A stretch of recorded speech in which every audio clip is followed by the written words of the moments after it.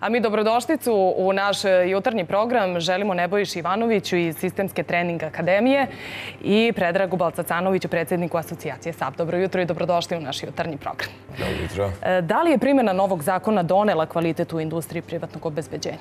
Primjena novog zakona je u svojem maksimalnom svetlu pokazala ono što je bitno za ovu priču, a to je da se konačno čisti ono što je bitno i što je potrebno i u sve okviru zakonskih normi, shodno edukacijama akademija koje su licencirane za obavljanje te dužnosti i, da kažemo, i kvalitetnu radnu snagu u smislu fizičke ispravnosti, krivične ispravnosti i obučenosti i školskog obrazovanja koji je potreban da bi to lice obavljalo ovu jako zahtevnu dužnost.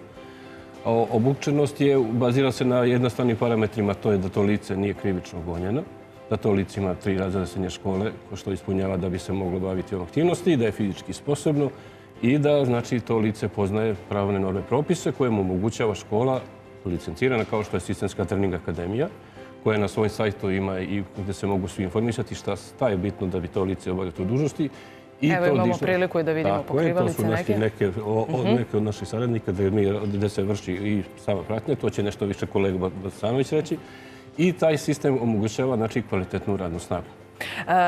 Kako se primjena novog zakona sagledala u domenu fizičkog obezbeđenja i šta novo donosi u ovoj grani bezbednosti? To će kolega, mislim, kvalitetnije. Pa pazite, u suštini izvršena je jako dobra filtracija za početak.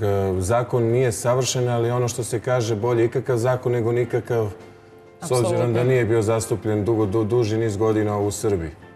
Mi se nadamo, naravno, boljitku i, kao što je kolega već rekao, nadamo se da ispliva ta neka profesionalnost i stručnost povrh svega, pošto je poznato, jako je dobro poznato u Srbiji da se poslom obezbeđenja uglavnom bave mnogi oni koji nisu imali nekog drugog posla i izbora u životu. Tako da se ova grana suviše olako shvatala u odnosu na ozbiljnost i odgovornost koju ona nosi.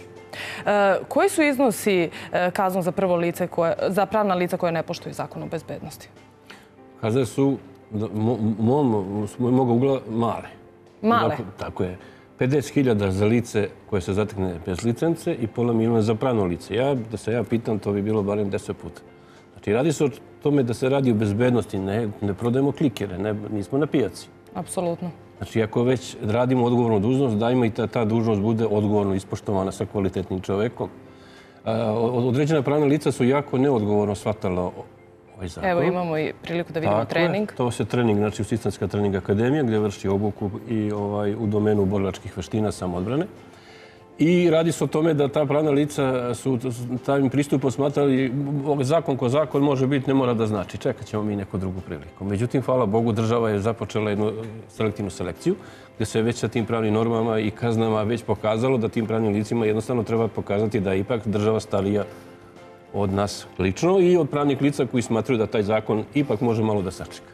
Hvala vam najlepše što ste bili gosti našeg jutarnjeg programa. Hvala i vama na pozivu. A mi nastavljamo dalje.